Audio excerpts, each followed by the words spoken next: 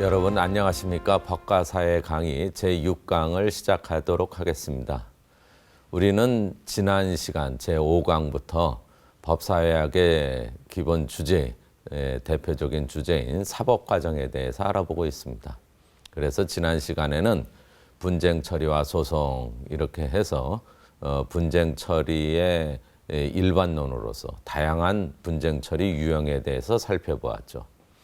이번 시간에는 소송에 대해서 살펴보려고 합니다.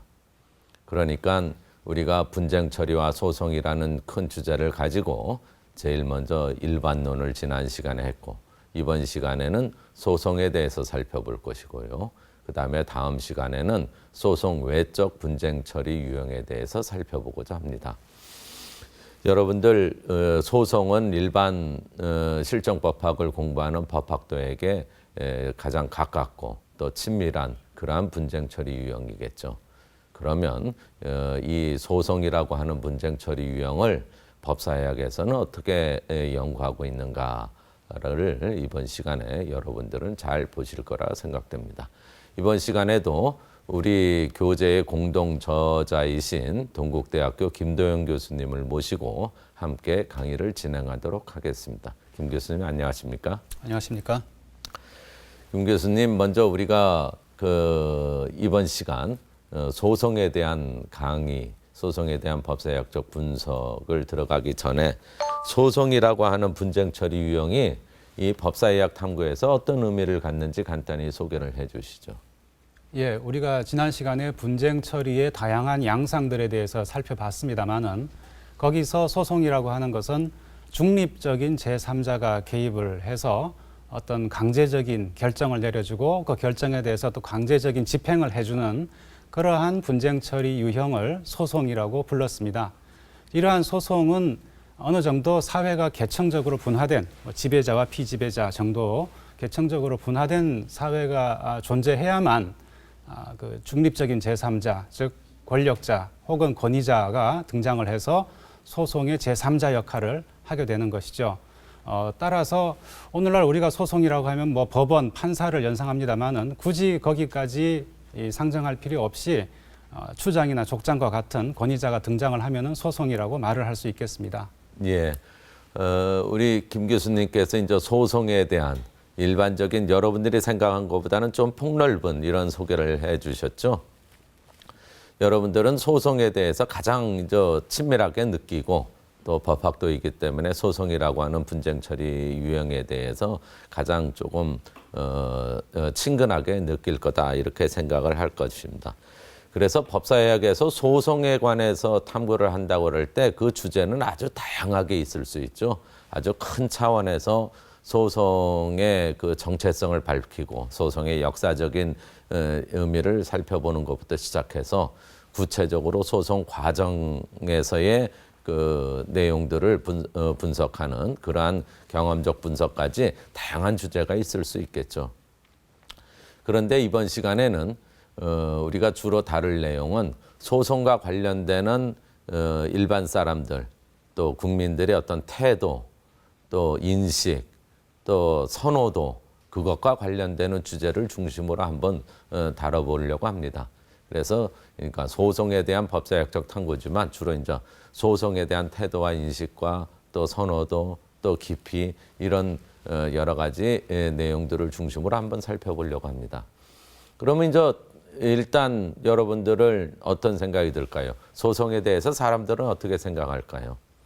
여러분들은 아마 오래전부터 또 일상생활에서 이런 얘기를 많이 들으셨을 것입니다. 예를 들면 소송, 송사는 패가망신이다. 또 법으로 하는 것은 그 집안이 다 이제 거덜날 정도로 그런 것이니까 소송은 좀 피해야 된다. 뭐 이런 얘기들도 많이 있겠죠. 일단은 우리가 소송에 대한 일반 사람들의 뭐 나타나는 뭐라 할까요? 인상 이런 것은 그런 거를 들 수 있겠죠. 그러면 한편으로 생각해 보면 과연 그게 맞는 것인지 또 소송에 대해서 사람들이 그렇게 기피하는 것이 있는지 또 아니면 오히려 반대로 소송을 사람들이 선호하는 것이 있는 것인지 이런 것들을 한번 구체적으로 살펴봐야겠죠. 또 좀 더 나아갈 수도 있겠죠. 만약에 소송을 싫어하고 서로 조정하고 타협하고 조화스럽게 해결하는 것을 훨씬 더 좋아한다면 왜 그럴 것인가? 사실상 그럴 것이며 또 사실상 그런 것인지 확인도 해봐야 될 것이고 또 어떤 이유 때문에 그렇게 기피하는 것인가 살펴봐야 될 거고요. 만약에 그렇지 않고 정반대로 사람들이 소송이라고 하는 분쟁 처리 유형을 선호하고 또 어떤 분쟁이 있을 때마다 또 소송으로 해결하려고 하는 그런 모습이 있다라고 하면은 실제로 그런 것인지 또 왜 그런 것인지 이렇게 살펴봐야겠죠. 그래서 이번 시간에는 우리나라에서 소송, 특히 이제 소송 중에서도 이제 우리가 가장 그 큰 양도 많을 뿐더러 가장 대표적이라고 할 수 있는 민사소송들을 중심으로 특히 민사소송의 그 총 건수, 총 그 양을 여러 가지 다양한 비교 변수와 함께 비교해 보면서 우리나라에서 소송과 관련되는 어떤 사람들의 태도와 인식 또 문화 이런 것들을 한번 법사회학적으로 분석하도록 하겠습니다. 그럼 본격적으로 강의에 들어가도록 하겠습니다.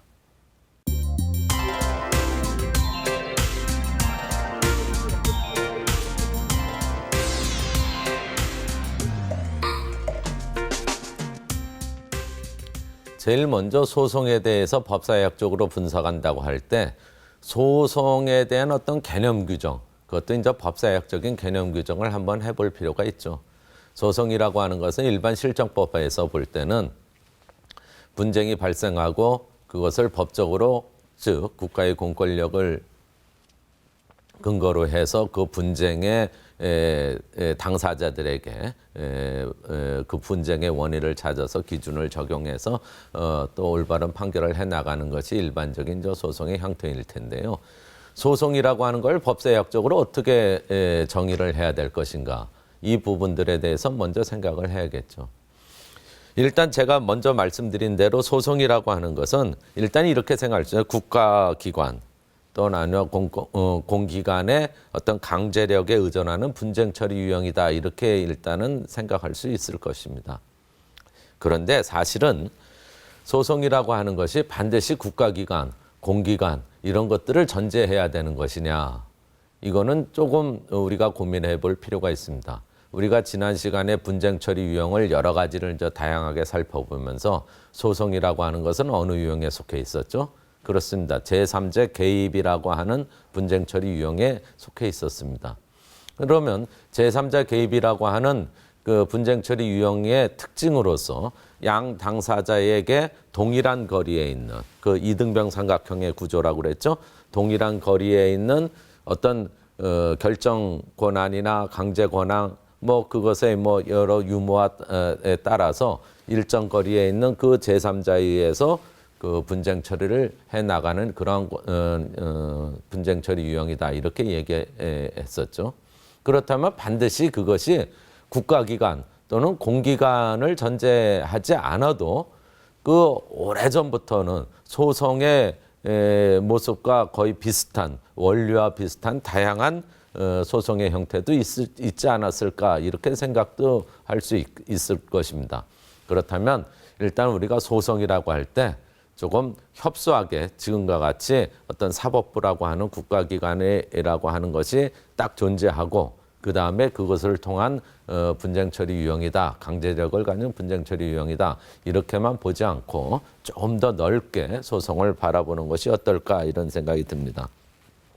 김 교수님, 저 소송에 대해서도 이제 폭넓은 인식을 갖고 시작을 해야 된다, 이렇게 말씀드렸는데요.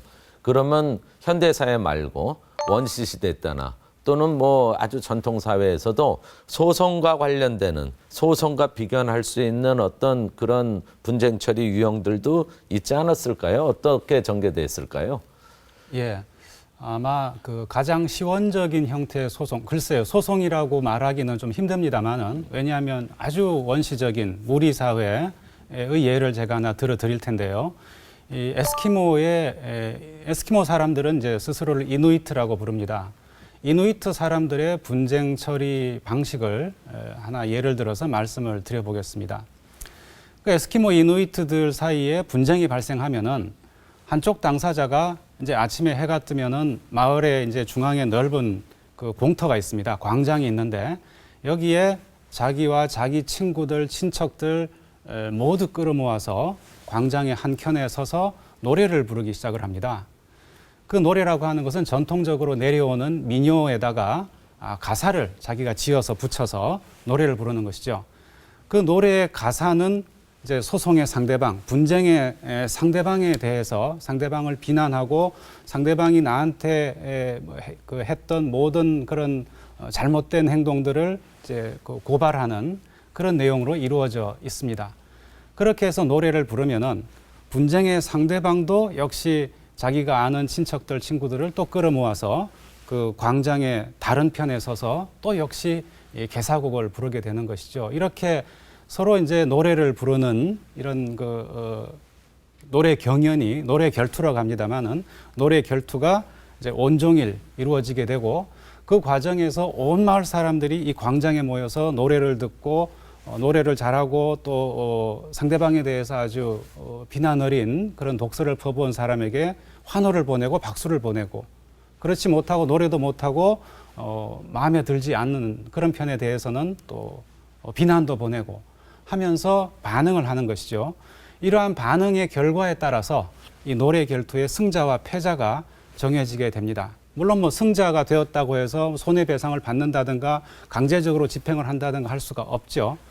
자, 그러나 이러한 노래 결투를 통해서 우리는 어떤 소송은 아니지만 소송의 맹아라고 할까요? 라는 것을 볼 수가 있는 것입니다. 예.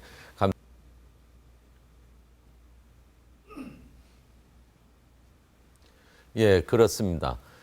우리가 지난 시간에 배운 소송, 분쟁 처리의 여러 유형 중에 제3자 개입의 하나로서 소송을 생각해 볼 때 이 소송의 구조는 이렇게 되죠. 당사자인 A와 B가 분쟁이 생겼을 때 A와 B로부터 등거리에 있는, 같은 거리에 있는 그 누군가 C가 이 양 당사자의 분쟁을 처리해 주는 것이겠죠. 그런데 이 C가 우리는 지금으로 놓고 볼 때는 사법부라고 하는 국가기관 또는 공기관이라고 생각할 수 있지만은 이 소송의 유형 형태를 가장